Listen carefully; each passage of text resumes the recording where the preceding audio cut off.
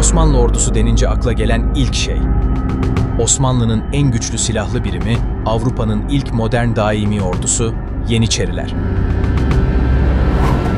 Peki nasıl Yeniçeri olunuyordu? Bu özel birliğe kimler seçiliyordu? Yeniçeri olmak için hangi şartlar aranıyordu ve ne kadar maaş alıyorlardı?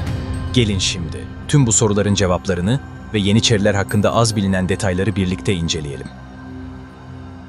Yeniçeri Ocağı, Osmanlı İmparatorluğu'nda padişaha bağlı kapıkulunun en büyük birimiydi. Kesin kuruluş tarihi bilinmese de 1. Murat döneminde kurulduğu kabul edilir. Ancak bazı kaynaklara göre ise bu ocak, Sultan Orhan Gazi döneminde kurulmuştur. Osmanlı Devleti'nin Rumeli'deki zaferleri artmaya başlayınca daha fazla askere ihtiyaç duyulmuş ve bu konuda çalışmalar başlatılmıştır. Kazasker Cendereli Kara Halil ve Konyalı Molla Rüstem, Hristiyan esirlerden merkezi bir ordu için istifade edilmesi düşüncesini ileri sürmüşlerdir.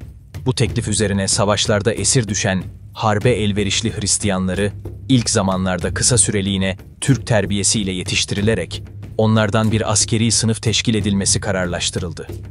Rumeli'de akınlarda bulunan beylere haber verilerek ellerindeki esirlerden 5'te birinin devlet hissesi olarak ayrılması emredildi. Böylece Yeniçeri Ocağı'nın temelleri atılmış oldu. Yeniçeri Ocağı'na asker yetiştirmek için Acemi Ocağı ilk defa Gelibolu'da kurulmuştur. İlk esirler doğrudan doğruya bu ocağa alınarak bir akçe gündelik ile Gelibolu ile Çardak ve Lapseki arasında yük taşıyan gemilerde hizmet görürler ve sonra Yeniçeri Ocağı'na alınırlardı.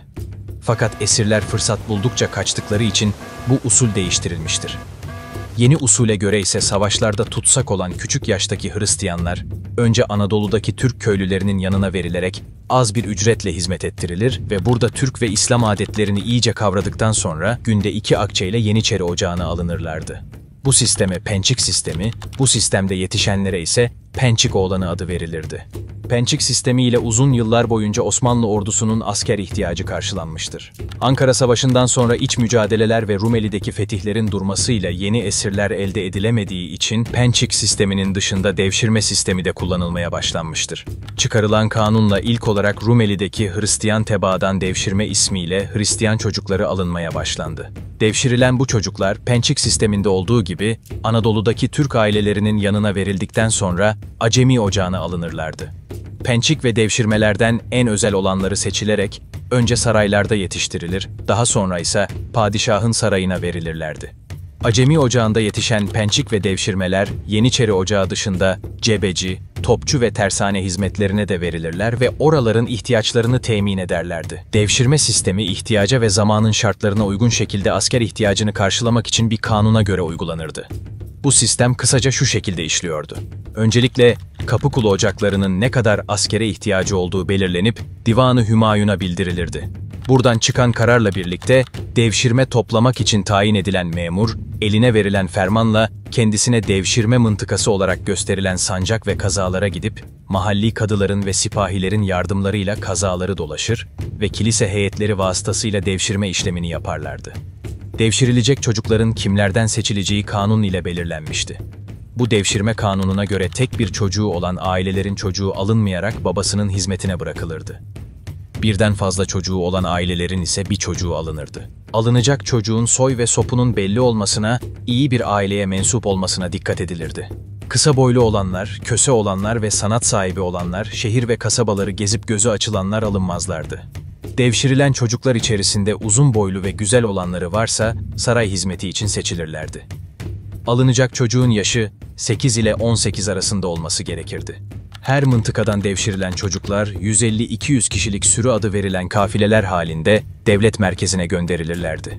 Yeniçeri ağasının teftişinden geçen çocukların yakışıklı olanları saray için, güçlü olanları ise Bostancı Ocağı için ayrılırdı.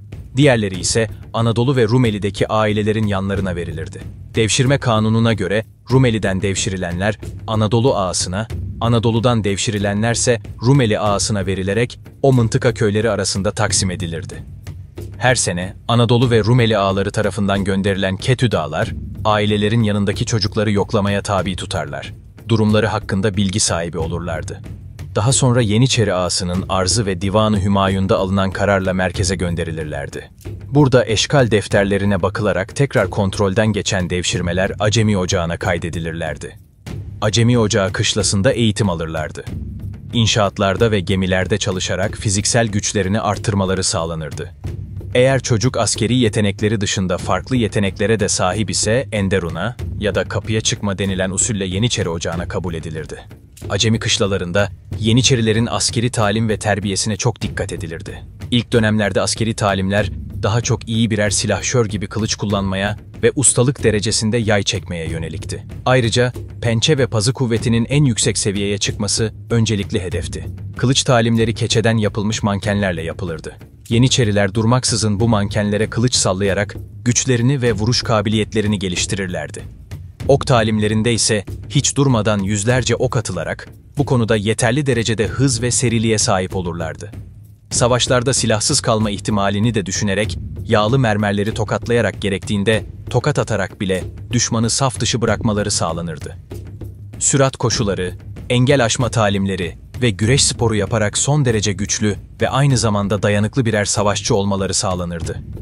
Yeniçeriler ok, yay, kılıç, kalkan, kargı, bıçak, tüfek gibi harp aletlerini kullanırlardı.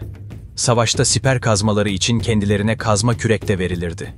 Yeniçeriler başlarına gazi serpuşu olan ve Türkler uç bölgelerindeyken kendilerini halktan ayırt etmek için başlarına giydikleri börk adı verilen beyaz keçeden başlık giyerlerdi. Börkün arkasında yatırtma denilen ve omuza kadar inen parça Yeniçerinin ensesini ve kısmen sırtını örterdi. Bu sayede askerler yazın güneşten, kışın soğuktan korunurlardı. Yeniçeri Ocağı ilk başlarda yaya bölükleri veya cemaat denilen bir sınıftan ibaret iken, sekbanların katılmasıyla birlikte iki sınıf olmuş ve sonraki tarihlerde de ağa bölükleri denilen üçüncü bir sınıf daha eklenmiştir. Cemaat veya yaya bölükleri yavaş yavaş artarak 101 bölüğe kadar çıkmıştır. Sekban bölükleri de 34 bölük olmak üzere cemaat bölüklerinin 65.sini teşkil etmiştir. Her cemaat, orta veya bölüğün kendilerine ait oda denilen kışlaları, mutfakları ve nişanları vardı. Yeniçeri Ocağı'nın en büyük kumandanı Yeniçeri Ağası olup, ondan sonra sekbanbaşı gelirdi. Ayrıca ocaktaki rütbe terfileri kıdem sırasıyla yapılırdı. Yeniçeriler maaşlarını 3 ayda bir alırlardı. Her orta veya bölüğe ait olarak meşin keseler içinde hazırlanan maaşın salı günü verilmesi kanundu. Ocağa yeni katılan Yeniçerilerin maaşı 2 akçe gündelik üzerinden hesaplanırdı. Daha sonra kabiliyet ve kıdemlerine göre bu gündelik artardı. Yeniçerilerin maaşı dışında padişahların cülüs denilen padişahın tahta geçişinde Kapıkulu ocaklarına cülüs bahşişi ismiyle bir ikramiye verilirdi. Ayrıca hükümdarın ilk seferinde de yine bunlara sefer bahşişi denilen bir para verilmesi de kanundu. Yeniçerilerin tek görevi askerlik yapmak ve belli başlı kurallara uymaktı. Askerlik dışında başka işle uğraşamaz, kışlalarından ayrılamaz, evlenemez ve sakal bırakamazlardı. Üstlerine itaat etmek zorundaydılar. Kavga edemezler, taşkınlık çıkaramazlardı. Askerliğe yakışmayan hareketlerde bulunamazlar. Diğer tüm Yeniçerilerle tek bir vücut gibi müttefik olmak, kışla ve karargahlarıyla aynı yerde bulunmak zorundaydılar. Mahkemeye delil sunulmadığı sürece katledilemez ya da idam cezası verilemezdi. Suçu kesin olanların cezası kendi zabitleri tarafından uygulanırdı. Yeniçerilerin yemekleri, orta yani bölüklerin mutfaklarında pişirilirdi. Masrafları ise her hafta Yeniçerilerden toplanan parayla temin edilirdi. Mutfaklar sadece yemek pişirilmek için kullanılmazdı. Aynı zamanda hapishane olarak da kullanılırdı. Adam öldürme suçu dışında cezası olanlar yine bu mutfaklarda hapsedilirlerdi. Osmanlı padişahı bizzat sefere çıktığı zaman, hastalar hariç Yeniçerilerin hepsi birlikte giderler. Geriye sadece kışlaların muhafazası için ihtiyar Yeniçerilerden korucu ismiyle muhafızlar bırakırlardı. Hükümdarın kendisi sefere gitmediğinde ise ihtiyaç ölçüsünde belli sayıda Yeniçeri, büyük zabitlerinden birinin kumandasında sefere gönderilirdi. Yeniçeri ağası sadece padişahın gittiği seferlerde onunla beraber giderdi. Muharebelerde padişahın bulunduğu merkez kolunda bulunurlardı. Muharebe sırasında padişah bu Yeniçerilerin ortasında ve arkasında at üzerinde dururdu. Savaş sırasında ordunun merkez cephesinde bulunan Yeniçerilerin önlerinde topçular ve onların önlerinde de azap denilen hafif yaya askerleri bulunurdu. Yeniçeri Ocağı'nın en büyük kumandanı olan Yeniçeri Ağası'nın başkanlığı altında belirli günlerde ocak ağalarının da katılımıyla ağa divanı kurulur ve burada ocağa ait işler görüşülürdü. Ocak katibi yani Yeniçeri Efendisi de bu divanın üyelerindendi.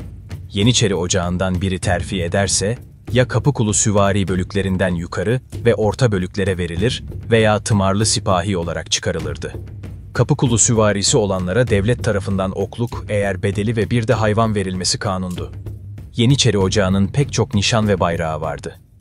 Ocak kendisini Hacı Bektaş-ı Veli'ye mensup sayarak onu ocağın piri olarak tanımıştı. O dönemlerde ve daha evvel her sanatın ve her teşekkülün bir piri olması gerekirdi.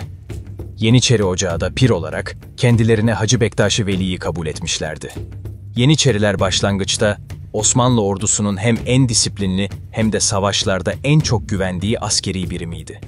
İlk başlarda oldukça verimli olarak kullanılan ve birçok başarıda pay sahibi olan bu sistem, zamanla bozularak gerekliliğini kaybetmiş, Sultan II. Mahmut döneminde ise son bulmuştur. 1826 yılında gerçekleşen Vaka-i Hayriye ile Yeniçeri Ocağı tamamen kapatılmıştır. Eğer bu videoyu beğendiyseniz kanalımıza abone olmayı ve videomuzu paylaşmayı unutmayın.